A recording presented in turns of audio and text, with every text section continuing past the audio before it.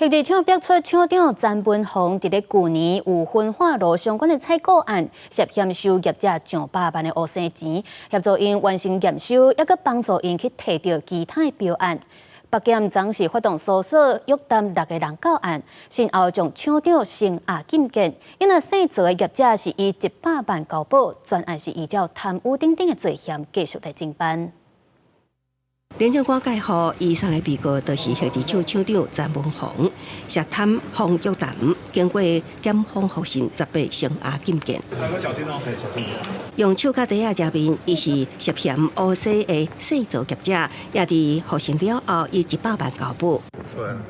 北检指挥廉政署分17路搜索。约谈6个人到案，除了厂长甲业者，其他的人讯问了后，拢撤回。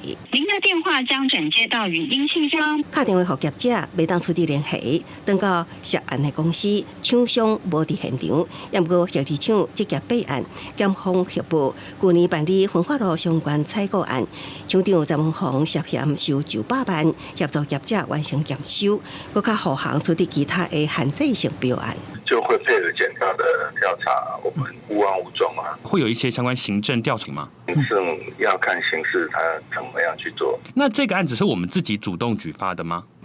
这个在调查中的案子，我们也不便对外讲。